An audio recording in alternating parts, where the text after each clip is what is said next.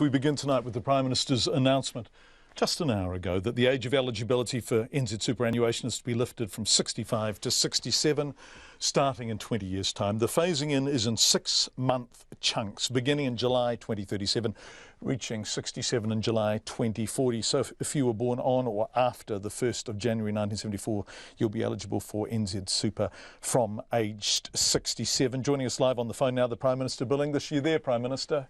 Yes, I am. Thanks for joining us. You're on Morning Report this morning. National Radio's had a good day with you and we're very grateful, but you did say to them you'll just have to wait and see, and I think everyone expected we'd have to wait somewhat longer than this. What happened? Well, we've been working on doing this starting with the caucus discussion about in early February with all our MPs because it's a fairly significant issue, and Cabinet made its final decisions about it today and we've announced it. Okay. What are you announcing and why? Well, we're announcing the increase in age of eligibility with a 20-year lead-in because we think that is a fair and balanced way to give people time to adjust. It reflects the fact that in recent years what was a pretty alarming outlook for super is a bit more manageable, so we don't need to make sudden sharp changes in eligibility for it or in the payment. We can take our time to get a change that people can adjust to. And I think the reason we've done it is because it's an issue where we need to actually do the right thing for New Zealand. You can get locked into electoral cycles where everyone has to promise before the election that nothing will change, and then after the election, of course, they can't change their view, and there would be a risk that we end up putting it off, and then there would be sharp, difficult decisions made later. Is this a non-negotiable for you going into a coalition after the next election? For example, if Winston Peters wants something different, are you prepared to talk to him about that? Well, look, we're not prejudging what's going to happen. There's going to be a lot of discussion about bottom lines this side of the election. In my view, in our view, it is a pretty fair and reasonable track for a change that almost everyone believes needed to happen sometime. Yeah. And I think the other political parties will, give it a bit of consideration. They'll test, I think, where public opinion goes on this. We put it up within 6 months of an election so it can be tested by the electorate. Well, Labor went into the 2014 election with something pretty similar, didn't they? Well, they, as I understand it, they proposed a much quicker change, like getting to 67 sometime in the mid-2020s. But look, they had bigger problems in those other elections. Okay. Having said that, obviously John Key was strongly opposed to the raising of the retirement age, and he was the superannuation age, and he was absolutely on the record about that, and he was clear and explicit about it, and it was a non-negotiable for him.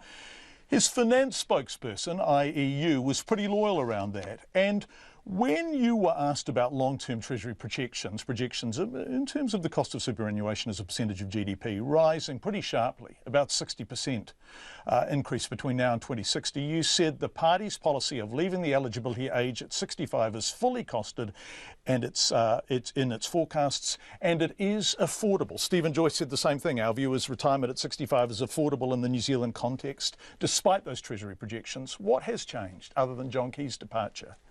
Well, the affordability remains. That is that our announcement today makes it clear that we believe New Zealand can finance the current arrangements for the next 20 years. We need to be clear what it was that that John Key committed to. I mean, what he said was there'd be no change in the way National Super was organised and paid while he was Prime Minister, and at the time, that was it was certainly a decision I supported, and the caucus did back in 2008, because we needed to establish trust when there'd been a background of negative politics around national superannuation, and the National Party had been part of that as recently as the late 90s.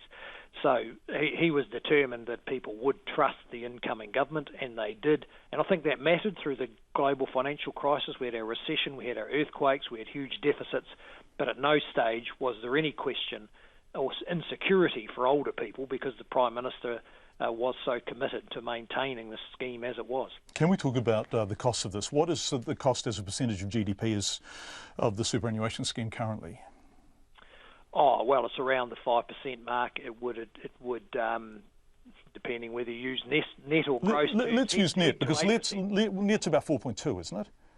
Well, there's net and gross, so we use the gross measure. But look, whichever way you measure it, it's going to. It has been increasing, and cash costs 600 or 700 million a year, and it would continue to increase right through to 2040, 2050, 2060. And as a percentage of GDP, what would it be by 2060?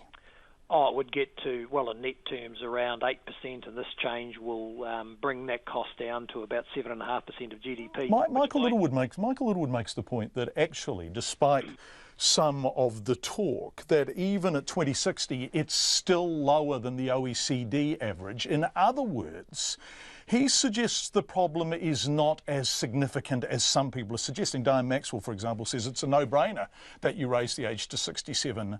What are the fiscals on this?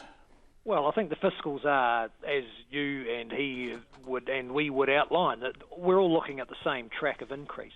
And the question here is whether we can do something about reducing the trade-offs that would be required to finance it, because when you have it growing as a proportion of your economy and government expenditure, other things would have to give way. We don't want to have to increase taxes, reduce health spending, reduce education spending in order to focus solely on increases in superannuation. So that's why the decision we've made today is a pretty balanced one. It gives individuals and families time to adjust. It makes some significant enough change at the margin to the cost of super, and I think will actually enhance our sense that we've got a sustainable range of publicly funded services and entitlements. Can we talk about the fact that you've predicated this on life expectancy? What sort of life expectancy figures are you using looking out to the long term? I think you're talking about 89, is that right? Something like that. I think between now and 2040, I think the life expectancy goes up about 2.5 years, and the age of eligibility would go up about 2 years. Yeah. It's tough for Māori and Pacifica people, isn't it, who unfortunately still have a lower life expectancy. In Māori, there's a difference of 7 years, average life expectancy. In other words, they're getting less out of this, aren't they? Well, there's two things here. One is that they are actually closing the gap somewhat, and we would hope that over the next 20 years, with a combination of all the different measures that have been taken, that gap will continue to close. And I think the second thing is we've got to be careful about generalising across these groups. If you look at Māori, for instance, the number who have got bachelor degrees has increased about 60% just in the last 7 or 8 years. So a bigger and growing proportion of both groups will actually be involved in work and lifestyle that becomes, pretty much the same as the mainstream Pākehā or Pālangi lifestyle. Yeah, look, and the fiscals are interesting. You have some strong support. I mean, you have strong support from David Seymour and 100% of the ACT MPs, i.e. himself. You have Diane Maxwell, the Retirement Commissioner, Peter Dunn. I mean, even Winston Peters, we're about to hear, is not, dying in a ditch over this.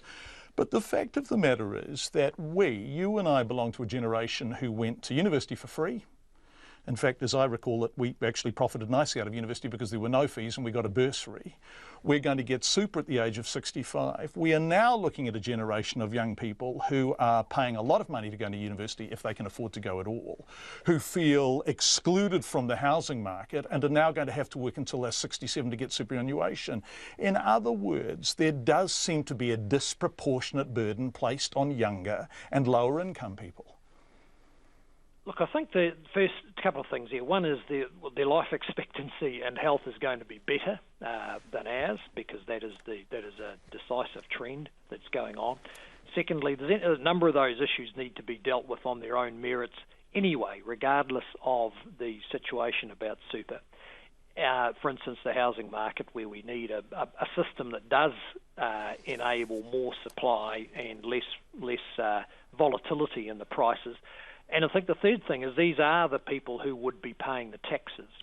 And one of the things we can do is ensure they don't face an unfair burden of supporting more older people who are healthier, who are working longer, but would still be getting their national super at 65. Did you want to do this earlier? And I know you're very loyal to John Key, both now after his departure and when you were Finance Minister, but would you have liked to have done this earlier? Look, I think the time's about right, and we've just got a set of circumstances where we've had a change in leadership, where we've got an election that's only 6 months away, where there's some confidence in the country, and when there is confidence about the economy and the general direction, it's easier then to discuss change. So no, I wouldn't have wanted to do it earlier, but I think the time is right now. The Prime Minister, Bill English, thank you for your time live on the phone.